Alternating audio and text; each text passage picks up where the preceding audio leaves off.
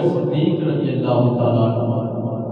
مصطفیٰ کریم صلی اللہ علیہ وآلہ وسلم واسطے انیا عذیتہ برداشت کی دیا کہ آپ نے مقام کی ملے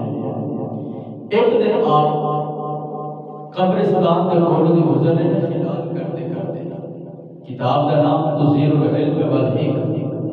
داڑھی دا خلال کرتے کرتے جا رہے ہیں تے داڑھی دا مٹھی مٹھی ہوا چل رہی ہے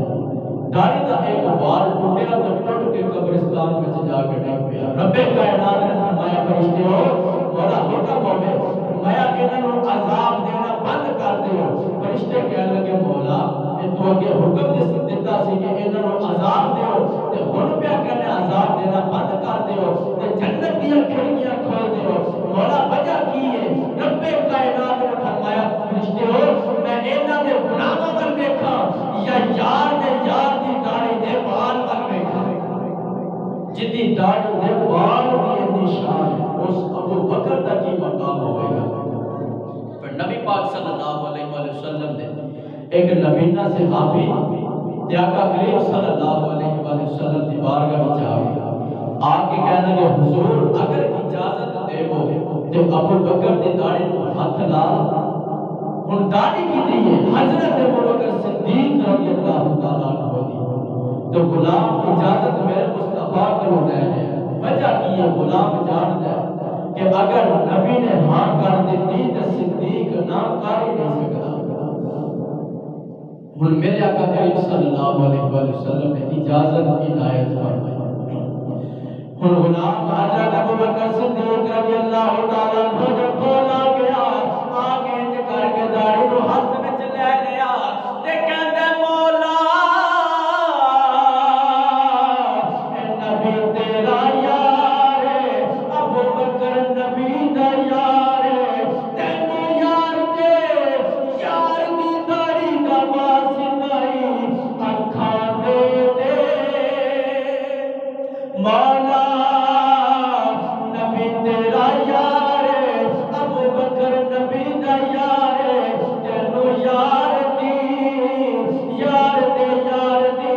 داڑھی دا واسطہ اکھاں دے دے حضرات اجے دعا مکمل نہیں ہوئی اکھاں دا نور مل گیا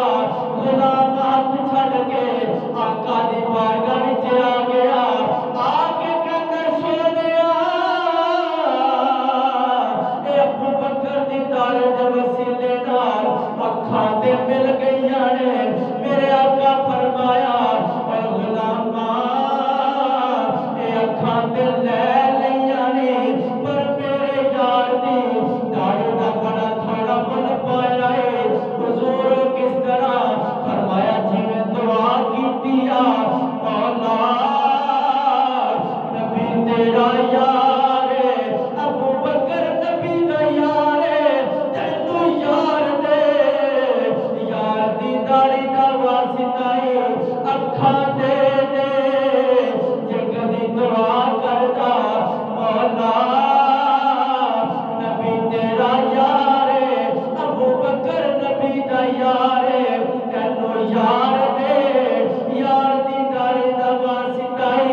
قیامت تک کوئی نبی نہ پیدا نہ ہوئے رب کائنات نے میرے صدیق دی داڑھی دی لاج رکھ لے